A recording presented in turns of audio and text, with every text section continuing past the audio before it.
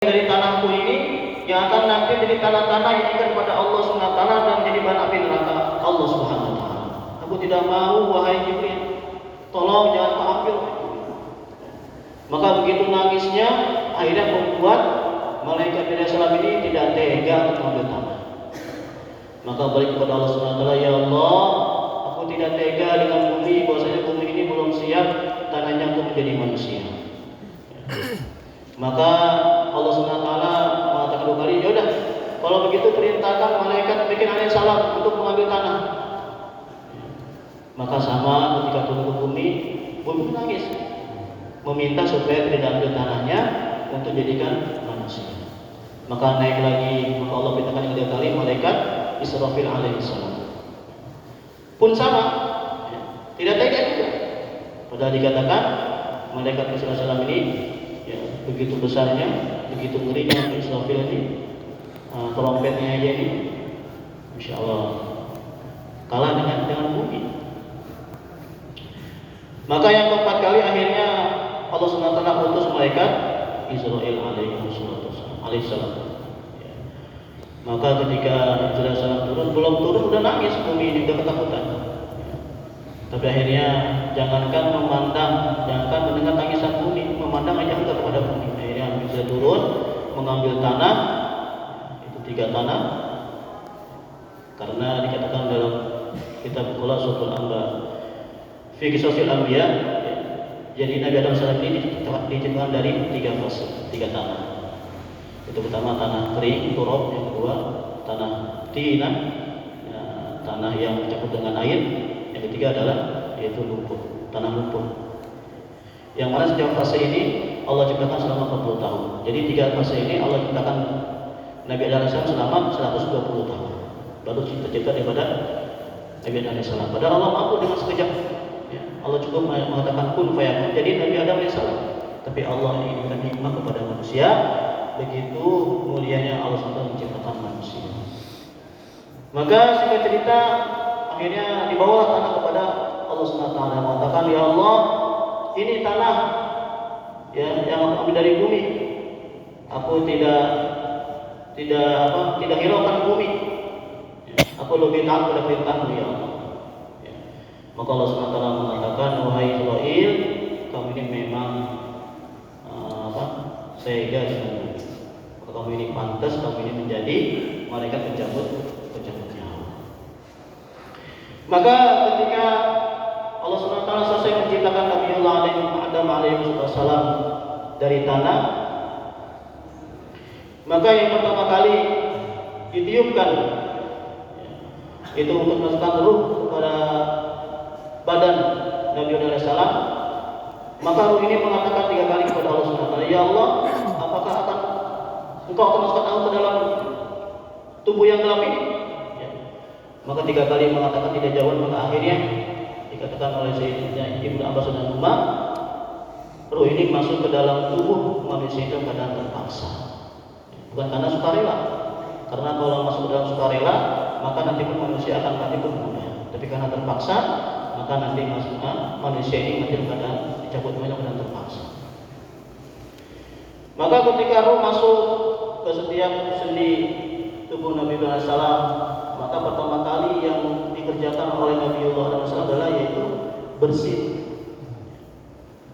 Maka dengan ilham dari Allah SWT, Nabiullah SAW ini, beliau ini mengucapkan alhamdulillah dengan atas izin Allah.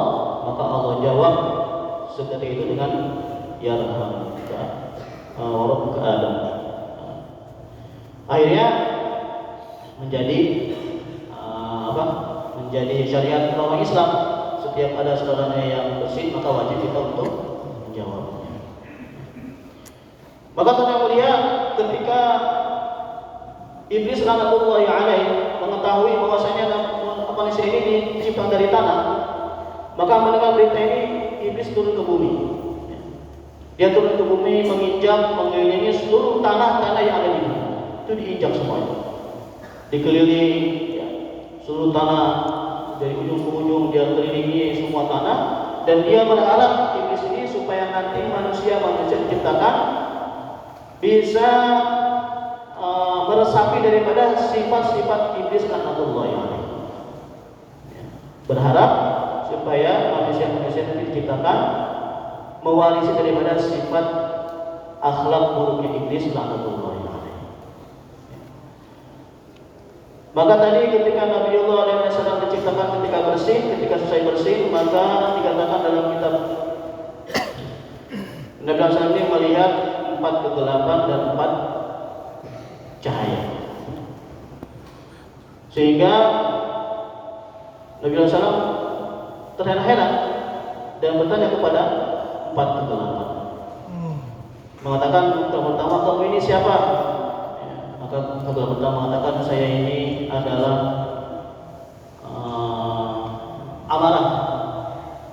Saya ini adalah amarah dan tempat saya di dalam otak. Yang kedua mengatakan, saya ini adalah nafsu, tempat saya adalah di dalam mata. Yang ketiga mengatakan, saya ini adalah penyakit dan tempat saya ada di dalam badan. Yang keempat, saya ini adalah nafsu dan tempat saya ada di dalam hati. Maka yang kedua tanya 4 cahaya. Saya pertama ditanya, kamu ini siapa? Dia mengatakan, saya ini adalah akal dan tempat saya sama seperti halnya, yaitu amarah dalam otak. Ya. Maka banyak yang mulia ketika orang sedang keadaan marah, dia pakai akalnya, maka bisa di luar kendali, bisa membunuh, ya, bisa berbuat apa saja yang dia mau. Yang kedua, saya ini adalah malu dan tempat saya sebagaimana tempatnya nafsu di dalam mata. Yang ketiga, saya ini adalah kesehatan dan tempat saya adalah di dalam badan. Jadi kalau badan kita dalam keadaan sehat, tandanya penyakit sedang keluar. Tapi kalau kita sedang sakit, tandanya kesehatan sedang keluar dari badan kita.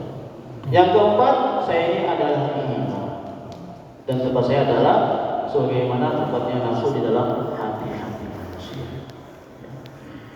Maka teman-teman yang mulia, Allah Subhanahu wa taala memberikan iman di dalam hati manusia ini adalah bagaimana supaya manusia ini mulia di hadapan Allah Subhanahu wa taala. Dan tidak bisa dalam satu tempat ini ada dua sifat. Kalau kita dalam keadaan beriman, maka nafsu akan keluar. Nafsu dunia, nafsu apapun di dalam dunia ini. Tapi kalau kita sedang dalam nafsu, tandanya iman kita sedang keluar. Maka teman-teman yang mulia, begitu pentingnya perkara iman. Dan tidak ada perkara yang lebih penting di alam dunia ini, bahkan nanti di alam akhirat yang selama-lamanya dalam dengan perkara iman.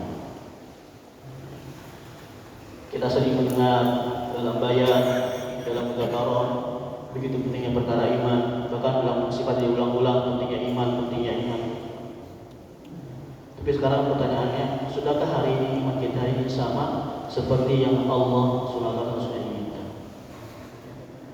Kita lihat, kita koreksi keimanan kita, sudahkah iman kita saat ini seperti yang Allah inginkan? Jangan sampai kita dalam bayan, tapi hati kita ada di rumah, hati kita ada di toko, hati kita ada di jalan, ada di warung, dan sebagainya.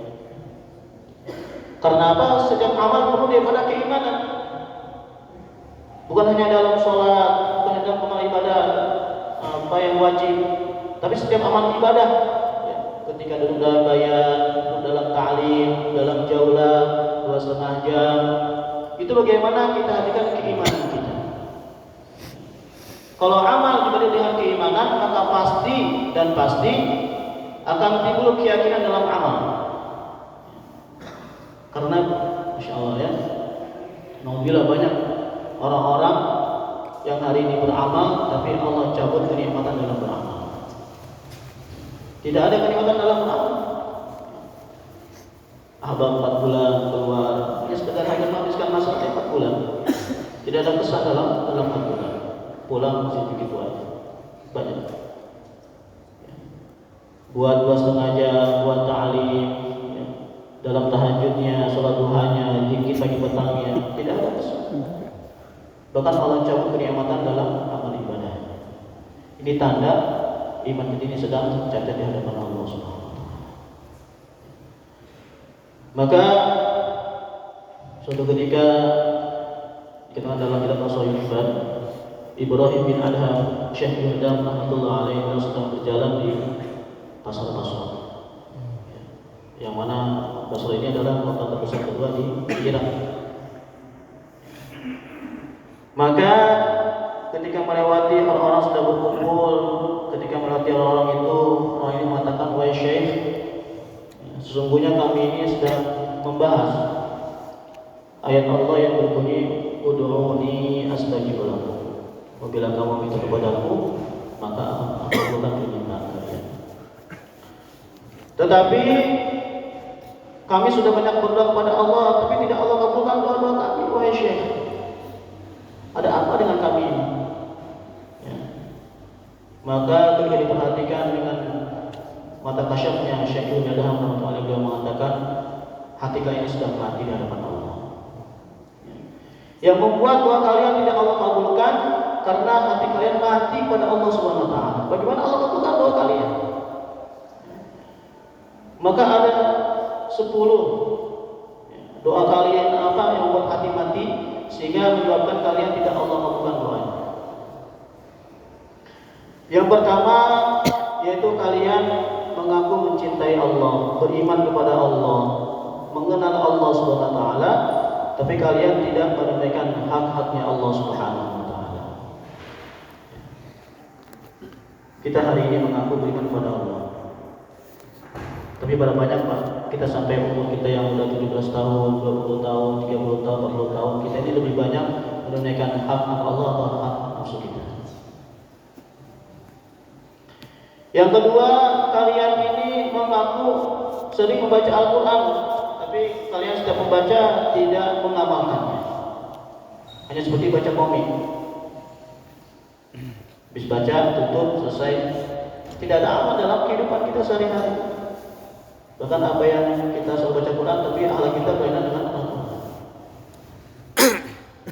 Yang ketiga, kalian mengaku mencintai baginda Rasulullah SAW, tapi kalian berani mengenal sunnah-sunnah baginda Rasulullah SAW. Insya Allah banyak pakti, Insya Allah Islam sudah banyak yang tidak lagi mau menghidupkan sunnah-sunnah Rasulullah SAW. Bahkan ketika orang-orang yang memakai sorban, memakai gamis, yang mencoba berusaha menghidupkan lagi sunnah-sunnah Rasulullah, diolok-olok, dihina, dijauhi. Yang keempat, kalian mengakui syaitan adalah musuh-musuh kalian, tapi kalian malah mencocokkannya. Maksudnya kalian seakan-akan berteman dengan syaitan.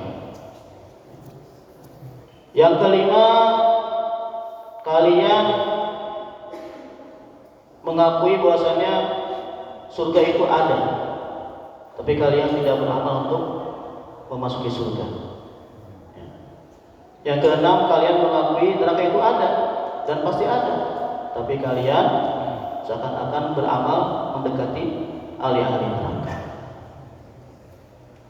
Yang ketujuh, kalian sibuk dengan aib-aib saudara kalian, tapi kalian campakkan, kalian lupakan, kalian seakan-akan tidak punya aib dalam diri kalian. Pada banyak hari ini kita lebih sibuk melihat aib sama abang, baru enggak ke markas sekali udah diomongin, dijauhin, baru sekali enggak taklim di muhala diomongin, buka aibnya. Kenapa cerita itu baru taklim pensiun ya. Terus yang ke-8. Yang ke-8, kalian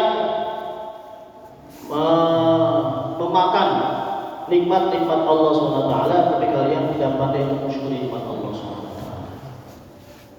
Nah, banyak hari ini kita makan dari nikmat Allah, tiap hari harus nikmat, tapi kita ini kadang tidak pandai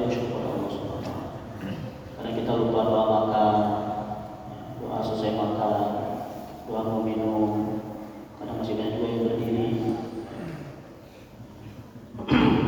Ataupun nikmat yang lainnya, udah dikasih nikmat bisa 4 bulan, taskin nggak mau lagi. Dikasih nikmat bisa negeri jauh, taskin 3 hari udah nggak mau lagi. Ada takaza mundur. Terus yang ke-9, kalian yakin bahwasanya mati itu ada, tapi kalian tidak memerlukan bekal untuk mati. Allah dikatakan dalam Imam Ghazali mengatakan bahwasanya manusia ini setiap hari didatangi oleh malaikat ijazahnya 70 kali, diprototip karena didatangin datang terpilih diprototip di depan kita. Ini sudah ada belum di waktunya? Kalau nggak ada, tinggal nunggu keputusan Allah. Terus yang ke-10, kalian selalu mengikuti mayat, disolati, dikafani, dikuburin, tapi kalian tidak mengambil pelajaran dalam setiap jenazah tersebut. Maka ini hadirin mulia, 10 penyakit hati yang mana membuat doa-doa kita ini tidak dikabulkan oleh Allah Subhanahu wa Ta'ala.